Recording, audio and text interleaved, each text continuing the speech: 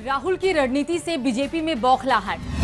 संसद सदस्यता वापस मिलते ही राहुल का दिखा अलग रूप। राहुल की रणनीति का बीजेपी के पास नहीं दिख रहा तोड़। राहुल के संवाद करने के तरीके से बीजेपी परेशान। राहुल की रैली को देखकर बीजेपी में मची खलबली। नमस्कार, मैं हूं सुरभि राजपूत। आप सभी का हमारी स्पेशल रिपोर्ट में बहुत बहुत स्वागत है। अपनी इस रिपोर्ट में हम बात करेंगे राहुल गांधी के बदले रूप से बीजेपी की बढ़ती बेचैनी की। लोकसभा की सदस्यता बहाल होने के बाद कांग्रेस सांसद राहुल गांधी ने 12-13 अगस्त को केरल का दौरा किया। राहुल गांधी इस दौरान केरल में बाढ़ पीड़ितों से मिले और इस दौरान उन्होंने बाढ़ पीड़ितों को घर की चाबी भी सौंपी थी। इसकी तस्वीरें भी सामने आई थी। राहुल गांधी ने इसके बाद एक जनसभा को भी संबोधित किया। इस दौरान राहुल गांधी के स्टेज पर एक बच्ची आई। वो बच्ची अपने हाथ से एक पत्र लेकर आई थी। वो पत्र उसने राहुल गांधी को दिया। राहुल ने वो पत्र हाथ में लिया और उससे पूछा, इसमें क्या है? बच्ची ने राहुल गांधी से धीरे कुछ कहा। इसके बाद जब राहुल ने बच्ची को गले लगाया तो उसकी आंखों से आंसू निकलने लगे, जिसके बाद राहुल गांधी उसे प्यार से समझाते हुए दिखाई दिए। कांग्रेस महासचिव केसी वेणुगोपाल ने मंच से ही बच्ची की लिखी चिट्ठी को पढ़कर सुनाया। बाद में राहुल गांधी काफी देर तक बच्ची से बात करते हुए दिखाई दिए। छोटी बच्ची जो पहली बार राहुल गांधी से मिल रही थी, उसके साथ इतनी सहजता से संवाद करना, उनका चुप कराने का वीडियो इसके बाद वायरल हो गया। राहुल गांधी का ये रूप बीजेपी को डरा रहा है। इससे पहले राहुल गांधी जब मणिपुर गए थे तो उन्होंने वहां पर राहत कैंपों का दौरा किया था और पीड़ितों से भी मुलाकात की थी, जिसके वीडियो भी बाद में वायरल हो गए थे।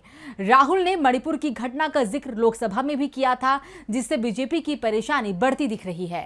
राहुल गांधी ने मोदी सरकार की परेशानी बढ़ा दी है। खासतौर पर चुनाव के करीब आने के साथ ही राहुल गांधी की लोकप्रियता बढ़ती जा रही है।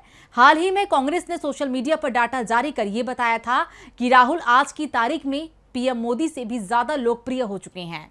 दूसरी ओर मोदी सरकार देश में कई राज्यों में अलग अलग मुद्दों पर घिरी हुई नजर आ रही है, चाहे फिर वो आदिवासी के अपमान की बात हो या फिर मणिपुर में लगातार 3 महीने से हो रही हिंसा की। ऐसे कई मुद्दे हैं जिससे विपक्ष ने मोदी सरकार की बोलती बंद कर रखी है। दरअसल राहुल जब 2 दिन के लिए केरल पहुंचे तो यहां उन्होंने मोदी सरकार को सवालों में घेर लिया। चुनावी जनसभा में उन्होंने मौजूदा हालात को लेकर मोदी सरकार पर जमकर हमला बोला। राहुल का भाषण हो और वो मणिपुर की बात ना करें, ऐसा तो हो ही नहीं सकता। पीएम मोदी जितना मणिपुर पर बोलने से बचते हैं, राहुल उतना ही मणिपुर में चल रहे मौजूदा हालात को लेकर दुनिया के सामने लाते हैं। संसद सदस्यता बहाल होने के बाद राहुल गांधी सुपर एक्टिव हो गए हैं। अगले साल होने वाले लोकसभा चुनाव को लेकर उन्होंने जनता के बीच में अपनी सक्रियता बढ़ा दी है। संसदीय क्षेत्र वायनाड जाने के दौरान वो तमिलनाडु के नीलगिरी जिले के मुथुनाडु गांव में भी रुके और वहां उन्होंने स्थानीय टोडा आदिवासी समुदाय के लोगों के साथ मुलाकात की। इस दौरान राहुल ने टोडा समुदाय के सदस्यों के साथ पारंपरिक आदिवासी नृत्य भी किया, जिसका एक वीडियो भी सामने आया है। नृत्य के साथ उन्होंने आदिवासी समुदाय के पारंपरिक भोजन का स्वाद भी चखा और समुदाय के देवता के मंदिर का दौरा किया और पारंपरिक खेल इलावटक्कल भी देखा। राहुल गांधी ने वायनाड में बीजेपी और आरएसएस को भी निशाने पर लिया। उन्होंने वायनाड के लोगों से परिवार का रिश्ता बताते हुए कहा कि बीजेपी आरएसएस को नहीं पता कि परिवार क्या होता है। हमारा आपसे परिवार का रिश्ता है। जब मैं संसद से डिस्क्वालीफाई किया गया तो पूरे वायनाड ने मेरा समर्थन किया। जब मैं वायनाड आता हूं तो मुझे बहुत खुशी होती है। मैं वायनाड के लोगों के साथ एक जुड़ाव साझा करता हूं, चाहे वो किसी भी राजनीतिक दल से हों। बेशक हमारे बीच वैचारिक मतभेद हैं, लेकिन मुझे अयोग्य घोषित किया गया तो पूरे वायनाड ने मेरा समर्थन किया। मैं पूरे वायनाड क्षेत्र को अपने परिवार का हिस्सा मानता हूं। राहुल ने आदिवासियों की समस्याओं को सामने रखते हुए कहा कि आदिवासी देश के मूल मालिक हैं और उन्हें भूमि और जंगलों का अधिकार दिया जाना चाहिए। उन्हें अपनी आकांक्षाओं और प्रयासों को आगे बढ़ाने की स्वतंत्रता दी जानी चाहिए। वनवासी शब्द भारत के मूल स्वामी के रूप में आपकी स्थिति को नकारता है और आपको जंगल तक सीमित कर देता है। इस शब्द के पीछे की अवधारणा यह है कि आप जंगल में हैं और इसे कभी नहीं छोड़ना चाहिए। यह धारणा हमारे लिए अस्वीकार्य है। यह शब्द आपके इतिहास का विरूपण है। इस दौरान राहुल ने doctor Ambedkar district memorial cancer centre का उद्घाटन किया। राहुल ने कहा कि मैं सांसद फंड से इसके लिए 50 लाख रुपए देकर खुश हूं। इस अस्पताल को अच्छे काम के लिए डॉक्टरों से 5 करोड़ रुपए मिलेंगे। इतना ही नहीं, राहुल ने यहां पर मणिपुर में आंखों देखा हाल भी बताया। उन्होंने कहा कि जो मैंने मणिपुर में देखा वो मैंने कहीं नहीं देखा, चाहे बाढ़ हो, हिंसा हो। मैं त्रासदियों के दौरान पूरे देश में रहा हूं, लेकिन जो मैंने मणिपुर में देखा वो कहीं नहीं देखा। मेरे लिए ये एक सबक था कि जब आप किसी राज्य में विभाजन, घृणा और क्रोध की राजनीति का उपयोग करते हैं तो क्या होता है। राज्य दो हिस्सों में बंट गया है और घावों को भरने में कई साल लगेंगे।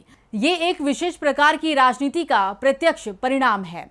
ये बहुत महत्वपूर्ण है कि हम सभी को एक साथ रखें। हम नफरत और गुस्सा पैदा ना करें और हम लोगों को विभाजित ना करें। हमें परिवार की भावना पैदा करने का प्रयास करना चाहिए।